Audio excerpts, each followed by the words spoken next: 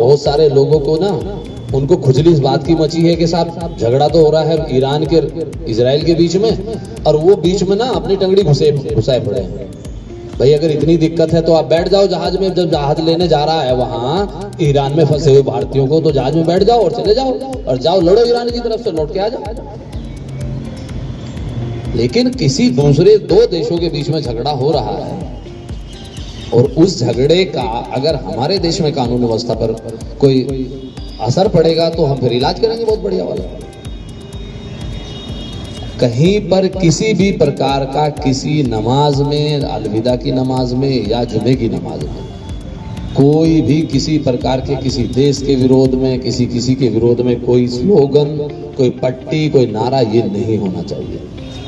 हम हिंदुस्तानी हैं, हम भारतीय हैं, हम यहाँ सुकून से रह रहे हैं। दो देशों के बीच में, चार देशों के बीच में जो लड़ाई हो रही है वो उनके अपने अंतर्राष्ट्रीय मुद्दे हैं, वो जानेंगे उसके लिए। लेकिन कोई आदमी आए, साहब 10 आदमी खड़े होकर छाती पीट रहे हैं, हाय हाय हाय साहब ईरान को मार डाला, ईरान को मार डाला। अरे भाई इतना वो है तो चले जाओ ईरान, इसको जाना।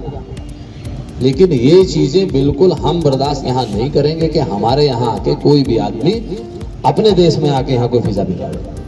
है कुछ लोग ऐसे, एक दो जगह, एक दो कस्बों में लोगों ने इस तरह की हरकतें की हैं।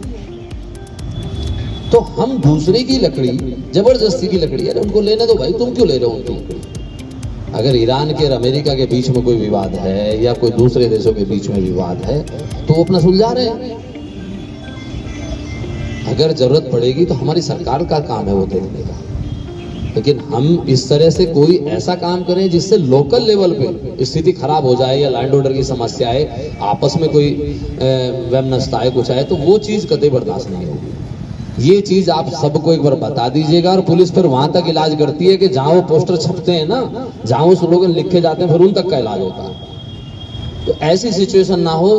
प्यार और सौहार्द का त्योहार है, मीठी सिवैयों का त्योहार है, तो जरा से उसमें मिठाई में कड़वाहट 1 मिनट में घुल जाती है, तो ऐसा किसी आदमी को भी ऐसा मत करने दीजिए। और मैंने देखा है कि कुछ लोग केवल इंस्टाग्राम की रील बनाने के चक्कर में और कह रहे साहब ईरान के साथ ये हो गया, खामेनेई को मार दिया, ये कर दिया, वो कर दिया, इस चक्कर में केवल रील बनाने के चक्कर में आए और भाग गए। तो ये चीजें कतई मत होने दीजिए। आपके कस्बे का या आपके मोहल्ले का या आपके शहर का कोई भी आदमी, एक ही आदमी फिजा बिगाड़ने के लिए बहुत होता है।